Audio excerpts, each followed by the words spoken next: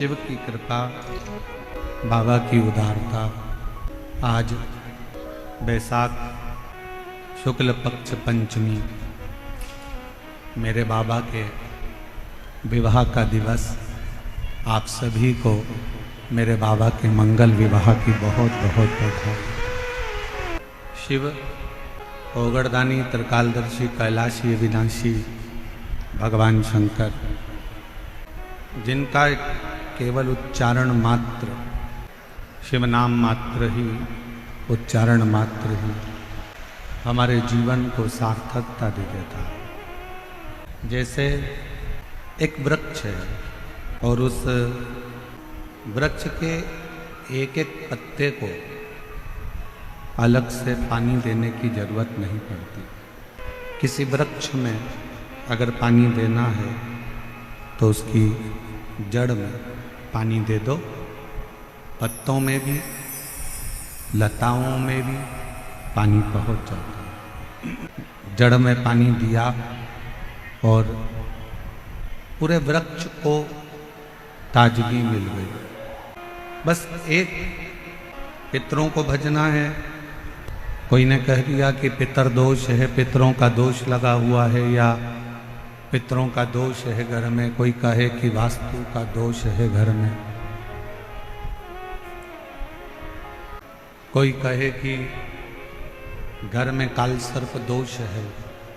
ये सारे दोष अगर घर में लगे हुए हैं और यदि आप भगवान शंकर को एक लोटा जल समर्पित कर रहे हो तो दुनिया का कोई दोष आपको कभी भी नहीं लग सकता। वो सारे दोष अपने आप समाप्त हो जाते हैं शिव को एक लोटा जल चढ़ाने। और वो जल एक विश्वास का होना चाहिए। भगवान शंकर की पवित्र कथा कर रहे हैं। चंचूला देवी ने बिंदुक को बहुत समझा और बिंदुक से कहा कि ये ठीक नहीं है, पराया धन और पराई स्त्री पर दृष्टि श्रेष्ठ नहीं। पर बिंदुक मानने को तैयार नहीं और बिंदुक गलत दृष्टि में पड़ा रहा। चंचूला समझाती रही। विचार करा चंचूला ने कि अब मैं समझा कर परेशान हो गई, ये मानने कोई तैयार नहीं। क्या करा? चंचूला देवी के शब्दों से बिंदुक माना नहीं है और बिंदुक जब माना नहीं तब एक दिन वैश्या ने कहा बिंदुक से कि मुझे जो रानी के गले में हार पड़ा हुआ है वो हार मुझे लाकर दो। वैश्या का संग पकड़ा तो रानी के घरे का हार चुरा लिया। लेकर हार आ रहा था,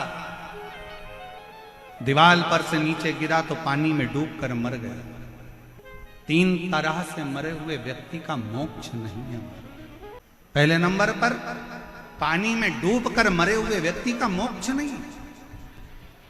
दूसरे नंबर पर सर्प के डसे से मरे हुए व्यक्ति का मोक्ष नहीं। और तीसरे नंबर पर स्त्री के हाथ से, नारी के हाथ से अगर कोई मरता है उसका मोक्ष नहीं। पर शिव महापुराण की कथा एक बात बड़ी अच्छी कहती है हमारी, और ये याद रखना, ये सियोर वाला महाराज नहीं बोल रहा। गीता प्रेस गोरखपुर की शिव महापुराण की किताब लेकर आओ, पोथी लेकर आओ और उसको गीता प्रेस गोरखपुर की शिव महापुराण के विधेश्वर संहिता का अध्ययन करो, पढ़ो। उसमें मिलेगा श्री शिवाय नमस्तुभ्यम बोलने वाले के मुख का मात्र दर्शन करो। 18 पुराणों में, 6 शास्त्र में, 4 वेद में, उपनिषदों में केवल एक शिव महापुराण की कथा एक ऐसी है कि अगर जिंदगी में कोई कितना भी पाप करा हो, अगर वो एक बार शिव महापुराण की कथा सुनकर जाने वाले व्यक्ति का मात्र मुख का भी दर्शन कर लेते हैं तो पाप से मुक्त हो जाए लो तो अश्वमेध यज्ञ का फल प्राप्त हो जाता है और हमारे जीवन के सारे कष्ट समाप्त हो जाते हैं। जिसके दरवाजे पर, जिसकी गाड़ी पर, जिसके द्वार पर, जिसके व्यापार पर भी अगर श्री शिवाय नमस्तुभ्यम लिखा होता है और अगर कुछ बुरा होने वाला होता है, कोई बुरी खबर सुनाने वाला भी अगर आ गया, दरवाजे पर श्री शिवाय नमस्तुभ्यम लिखा है और आपने दरवाजा खोला। वो भले बुरी खबर सुनाने आया था, पर उसने पढ़ लिया और उसके मुख का आपने दर्शन करा, तो वो बुरी खबर भी अच्छे में ही बदल जाती है। वो शास्त्र कहता है कि शिव महापुराण की कथा यहां तक वर्णन किया गया, यहां तक कहा गया कि शिव महापुराण की कथा का रस तत्व साधारण। महापुराण की कथा में विद्येश्वर संहिता में 3 चीजों का वर्णन किया गया। शिव महापुराण की कथा श्रवण कर कर अगर कोई निकल कर जा रहा है, उसके शरीर से छू कर हवा भी, वायु भी अगर निकल कर जाती है, और कोई कुंवारी अवस्था में, कोई अधोगति में मर गया, किसी के प्राण छूट गए, तो उन जीवों का कल्याण भी शिव पुराण की कथा के माध्यम से हो जाता है। दूसरे नंबर पर विद्येश्वर संहिता में लिखा गया, श्री शिवाय नमस्तुभ्यम। इस मंत्र का उच्चारण करने वाले के मुख का मात्र दर्शन कर लेने पर हमारे संचित पाप समाप्त हो जाते हैं और अश्वमेध यज्ञ का फल मिल जाता है। तीसरी बात, शिव महापुराण की कथा में कहा गया, आपके पास में स्वर्ण दान करने के लिए नहीं है, आपके पास में भूमि दान करने के लिए नहीं है, आपके पास में अन्न दान करने के लिए नहीं है, आपके पास में मुद्रा दान करने के लिए नहीं है, आपके पास में रतन दान करने के लिए नहीं है, आपके पास में अगर जिंदगी में कुछ भी दान करने के लिए नहीं है, तो एक काम करो, एक बेलपत्री का वृक्ष कहीं पर रोपित करवा दो, कहीं एक बेलपत्री का वृक्ष लगवा दो, और उस बेलपत्री का वृक्ष की अगर बेलपत्र टूटकर किसी शंकर के मंदिर में, शिवालय में कोई भक्त चढ़ा देगा, तो आपको जीवन पर्यंत स्वर्ण दान, अन्न दान, मुद्रा दान, रतन दान, भूमि दान का फल प्राप्त होता है।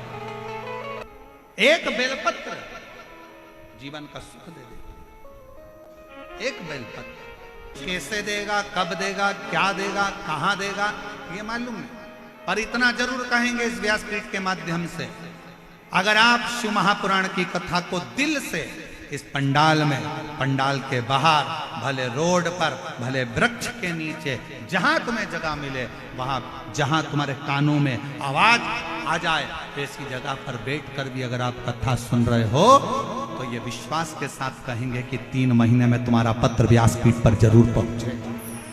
शिव कथा का पति मर गया, प्राण छूट गए, प्राण गए, प्रेत की योनि में पड़ गए। बट 2 स्थान पर चंचुला देवी पहुंची। थोड़ा ध्यान देना कथा पर। ईसर गोरा शिव पुराण की कथा चल रही है, और चंचुला का पूरा चरित्र अभी तक किसी शिव महापुराण में सुनने को नहीं मिला है। केवल जयपुर की यह कथा भारत का इतिहास रचेगी, जिसमें चंचुला देवी का पूरा चरित्र आप श्रवण। शिव कथा कर रही है, भगवान शंकर का संवाद। चंचुला 2 स्थान पर पहुंची। पहला गोकर्ण क्षेत्र और दूसरा काशी क्षेत्र। और शिव महापुराण की कथा कहती है, अगर आप मान लो काशी नहीं जा सकते, गोकर्ण क्षेत्र नहीं जा सकते, तो एक बेलपत्र को लेकर, 2 बेलपत्र आप लीजिए, एक बेलपत्र को लेकर बेलपत्र के वृक्ष के नीचे, बेलपत्र को हाथ में लेकर बेलपत्र के वृक्ष की एक परिक्रमा कर कर, वो बेलपत्र अशोक सुंदरी वाली, अशोक सुंदरी की जगह मालूम है ना आप लोगों को? हाथ उठाओ जरा, किस किस को मालूम है? सबको मालूम है, और जिसको नहीं मालूम हो पड़ोसन उसको जरूर बता देना, ठीक है? बेलपत्र के वृक्ष, बेलपत्र को हाथ में लेकर बेलपत्र के वृक्ष की परिक्रमा कर कर अशोक सुंदरी वाले स्थान पर एक बेलपत्र समर्पित कर दो। दूसरी बेलपत्र जिसको आपने परिक्रमा में नहीं रखा है, उस बेलपत्र को शंकर के शिवलिंग पर समर्पित कर दो, और 1 लोटा जल बाबा को समर्पित कर कर उस जल का सींचन, आचमन कर लीजिए। आपको गोकर्ण प्रदेश और काशी प्रदेश दोनों के तीर्थ का फल एक क्षण में प्राप्त हो, एक क्षण में प्राप्त हो दोनों। ध्यान देना थोड़ा सा। डॉक्टर ने बता दिया कि शरीर में गांठ है, गठान है, और गठान अच्छी नहीं है, जांच के लिए जाएगी। उससे पहले डॉक्टर का इलाज करवाओ मना नहीं, दवाई लो मना नहीं, डॉक्टर बोले जांच कराओ क्योंकि हम पहले भी कथा में कहे हैं डॉक्टर शंकर का एक रूप होता है। वो आपको जांच का बोले जांच कराओ, दवाई का बोले दवाई खाओ, औषधि का बोले औषधि। पर अगर शरीर में कहीं गांठ आ गई है तो एक काम जरूर करो, बेलपत्र के वृक्ष के नीचे एक कटोरी में जल रखो, थोड़ा सा जल बेलपत्र के वृक्ष के नीचे कटोरी में रखो, 7 बेलपत्र उस कटोरी में,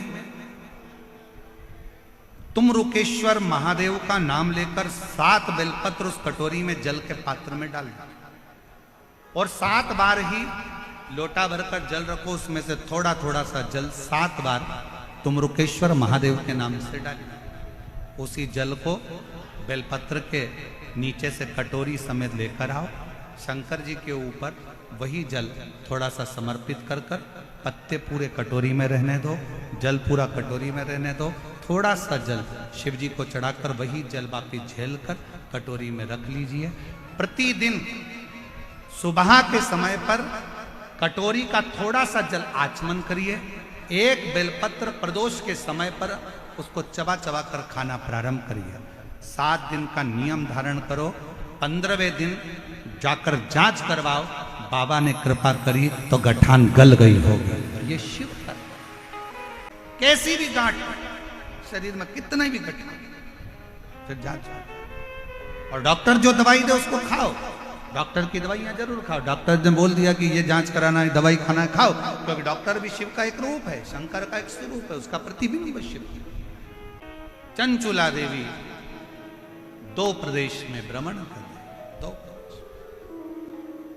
ब्रह्मा जी जो स्वयं गोकर्ण प्रदेश में भ्रमण करते हैं, गोकर्ण,